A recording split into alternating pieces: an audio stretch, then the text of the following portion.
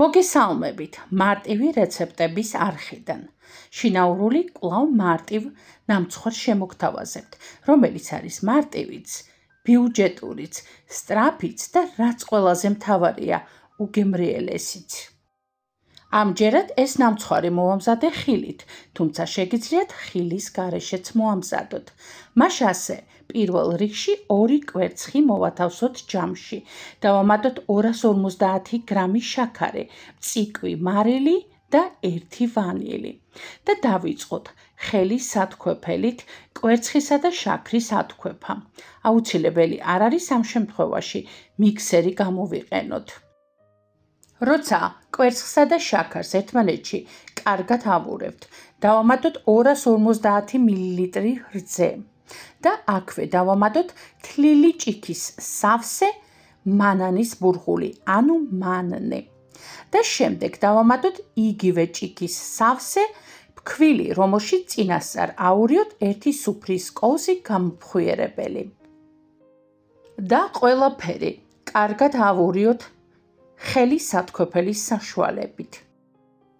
როცა ფქვილი კარგად გაიხსნება, დავასხათ 8 სუფრის კოვზის ზეთი და კვლავ კარგად ავურიოთ.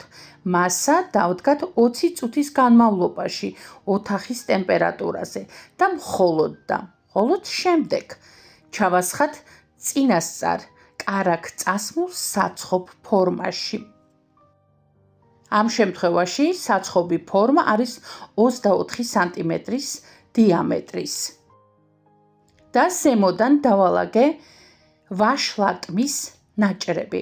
შეგიძლიათ გამოიყენოთ ატამი, ვაშლი და თქვენთვის სასურველი ნებისმიერი ხილი. ვაშლატმის ნაჭრების შემდეგ ზემოდან მოვაყარე ჟოლო. თქვენ შეგიძლიათ ნებისმიერი სხვა კენკრა გამოიყენოთ, ან სრულებითაც არ გამოიყენოთ ხილი და უბრალოდ ისე გამოაცხოთ ეს ნამცხვარი. ნამცხვარს ვაცხობთ წინასწარ გახურებულ ღუმელში 180 გრადუსზე. ცხვება დაახლოებით 40 წუთის განმავლობაში. როცა ნამცხვარი გამოცხება, გამოვიტანოთ ღუმელიდან და ფორმაშივე გავაცივოთ. გაცივებული ამოვიღოთ ფორმიდან და ზემოდან ოდნავ მოვაყაროთ შაქრის პუდრა. და უგემრიელესი, როგორც ხედავთ, უმარტივესიც და უსწრაფესი ნამცხვარი მზად არის, რომელიც უგემრიელესია ზაფხულში ნაყინთან ერთადაც.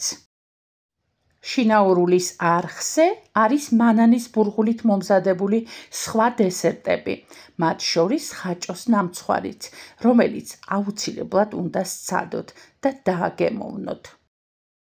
ამ ნამცხვარს განსაკუთრებულად უხდება ჟოლო, იმიტომ რომ განსაკუთრებულ გემოს და არომატს აძლევს.